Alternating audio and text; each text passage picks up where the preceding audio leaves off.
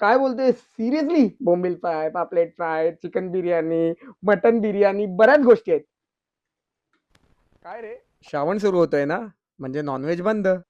काय बोलते सिरियसली? हो, कारण श्रावणात नॉनव्हेज नाही खायचं असतं. नॉनव्हेज नाही खायचं? अरे बाप रे, पण ठीक आहे ठीक आहे, मला ऍक्च्युअल मध्ये माहिती आहे श्रावण सुरू होणार आहे. अच्छा, म्हणजे तुला माहिती आहे तर प्रॉब्लेमच नाहीये. अरे प्रॉब्लेम काय, खूप मोठा प्रॉब्लेम आहे ब्रो. कसला रे? कसला प्रॉब्लेम आहे एवढा?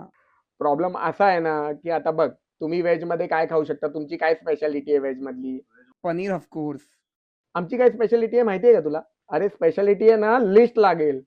बोंबील फ्राय, पापलेट fry, chicken biryani, mutton biryani, बऱ्याच गोष्टी आहेत. आता मला सांग, ह्याच्यातलं मी काय खाऊ शकतो का? आता तू तर पनीर खाऊ शकतोस, तुझी स्पेशालिटी, आणि व्हेज मध्ये तर फक्त पनीरच असतं ब्रो. पण मी काय खाऊ शकतो का? मला जे आवडतं ते नाही खाऊ शकत ना. मग सगळ्यात मोठा प्रॉब्लेम हाच आहे. तुला माहिती आहे का श्रावण महिन्यात व्हेज का खातात ते?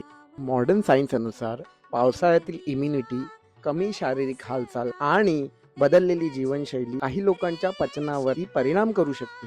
म्हणून हलका सहज पचणारा आहार अधिक योग्य मानला जातो. अच्छा, बरं असं आहे का? मला हे नव्हतं माहिती, पण ठीक आहे, तू जे महत्व सांगतोयस ना, ते मला खरंच पटलंय. तर मंडळी, तुम्ही पण जर श्रावण नसाल पाळत ना, तर या वर्षीपासून नक्की पाळा. कारण की जसं याने श्रावणात व्हेज खाण्याचं महत्व सांगितलंय ना, ते महत्व तुम्हाला पण कळू दे आणि आपण पण ते फॉलो करूया.